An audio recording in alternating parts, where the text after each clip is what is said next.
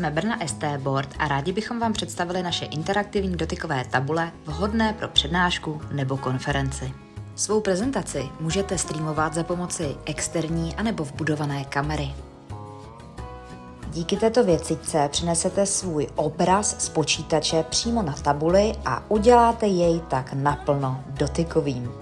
Standardní aplikace a brouzdání na internetu jsou samozřejmostí i bez připojení počítače. Internet už během přednášky nemusí být jenom nepřítelem, ale můžete z něj udělat opravdovou zábavu pro všechny. Naše tabule samozřejmě nabízí spoustu možností barevných pláten, ale i barevných per. Psát můžete za pomoci pera nebo prstu a můžete psaní zdigitalizovat. Hrát si můžete i z poměry obrazovky a přichystat různá překvapení. No a jakou zvolit barvu, tak to už je na vás.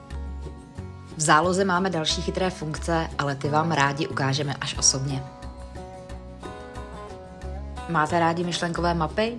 Nikdy nebyly jednodušší. Vše, co na obrazovce uděláte, můžete následně vyexportovat a pomocí QR kódu si to můžou posluchači i stáhnout do svých telefonů. Je stále ještě dost funkcí, které jsme vám nepředstavili, ale nechme to na osobní schůzku, kde vám všechno ukážeme, ale i tak vám můžeme garantovat, že objevovat budete ještě dlouho.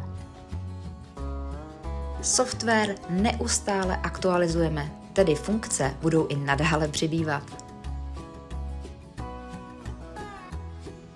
Pro tuto chvíli je to ale vše a my moc děkujeme a napište nám.